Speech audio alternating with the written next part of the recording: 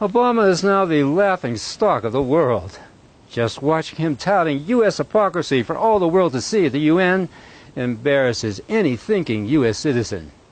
I mean, doesn't this clown realize that everyone can see through his jive?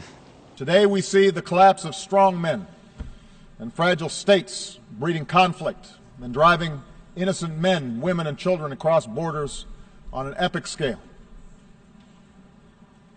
Brutal networks of terror have stepped into the vacuum. You're the one who caused it. Your regime change in Iraq, Libya, and now your disastrous attempts in Syria has fostered terrorist groups who you arm to fill the vacuum. Everyone knows there's no difference between good terrorists and bad terrorists. They work together, trading U.S. weapons with each other.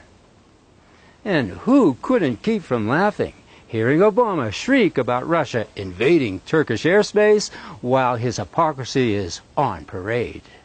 We recognize the deep and complex history between Russia and Ukraine, but we cannot stand by when the sovereignty and territorial integrity of a nation is flagrantly violated.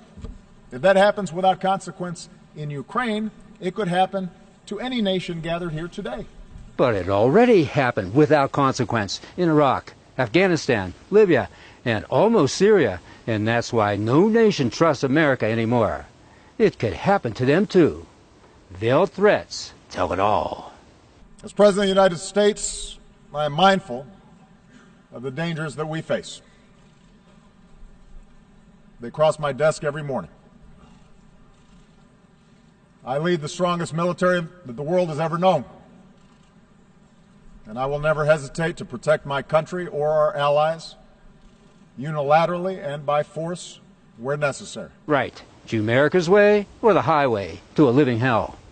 And don't point the finger at Russia, Obama. Syria never asked for your false war on ISIS, but Russia was invited to do the job. The world's a troubled place thanks to American imperialism. But Obama seems to think anti-Semitism is the problem. Most ominously, we see the fears of ordinary people being exploited through appeals to sectarianism, or tribalism, or racism, or anti-Semitism.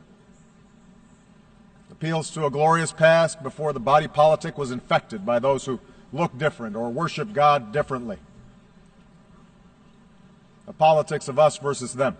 More like Jews versus us. Where else did Obama get his disastrous foreign policy but from the Jews of the Project for a New American Century, now Foreign Policy Initiative, who wrote the scary Building America's Defenses? The usual suspects were among the signatories: Kagan, Crystal, Cohen, still active in spreading wars with the Jews around the world.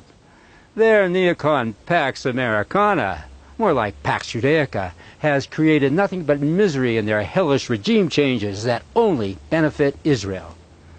And all we're left with is a broken country at home.